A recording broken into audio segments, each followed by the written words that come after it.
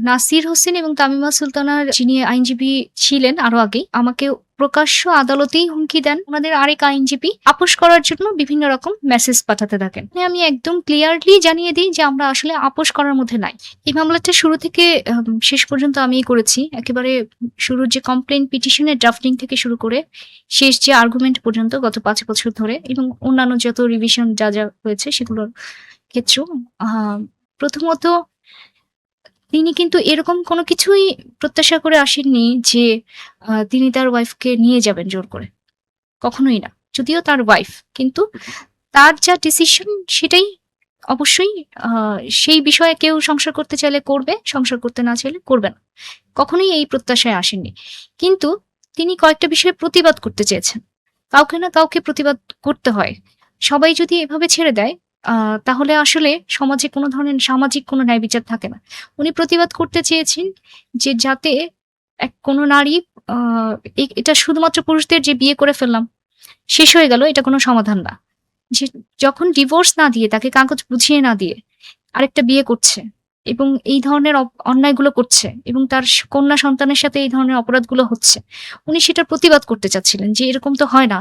একটা ডিভোর্স না দিয়ে আরেকটা সংসার করবে। ঠিক আছে তুমি করো আমাকে ডিভোর্স মানে তার বুঝায় দাও। মোটিভটা ছিল ন্যায় বিচার ন্যায় পাওয়া। বিচার পাওয়া। তার এবং ন্যায় বিচারের একটা উদাহরণ সৃষ্টি করা যে হ্যাঁ, এটা চাইলেই তুমি করলা আর সবাই মেনে নিল সেটা হবে না। এটা কাউকে না কাউকে এটা কোর্ট পর্যন্ত আনতে হবে যে এই অপরাধটা হয়েছে এবং এই অপরাধটা সমাজে হচ্ছে। আপনারা এটার কোনো কিছু একটা সমাধান করেন। উনি সেটা মূলত চেয়েছে। উনি কখনোই চায়নি যে আমার সাথে জোরপূর্বক আমি সংসার করাবো। আমার বউ হলেও এটা কখনোই ছিল না। এবং উনি এই কোনো প্রত্যাশাও ছিল না যে তাকে জোর করে আনবে। এই ধরনের কখনোই কোনো প্রত্যাশায় ছিল না এবং কখনোই নাই। কিন্তু যে অন্যায়টা হয়েছে সেটার প্রতিবাদ করতে চেয়েছেন মূলত। প্রথমত বলি যে নাসির হোসেন এবং তামিমা সুলতানার যিনি আইনজীবী ছিলেন আরো আগে সেখানে আমাকে প্রকাশ্য আদালতেই হুমকি দেন মামলা চলাকালীন সময়ে। সেটা সম্ভবত ২৩ সালে। পরবর্তীতে আমি সেই বিষয় নিয়ে লিখিতভাবে কমপ্লেইন করি। সেই কমপ্লেইনটা পরবর্তীতে যেহেতু ওনাদের আইনজীবী সেই বিষয়টা নিয়ে বলেন যে আমি আদালতে কমপ্লেইন করি। সেটাও পেন্ডিং আছে। তো তখন আমি এই বিষয় নিয়ে মিডিয়াতেও আমার কনসার্ন জানাই যে এরকম হলে আমরা আসলে মামলা কিভাবে চালাবো?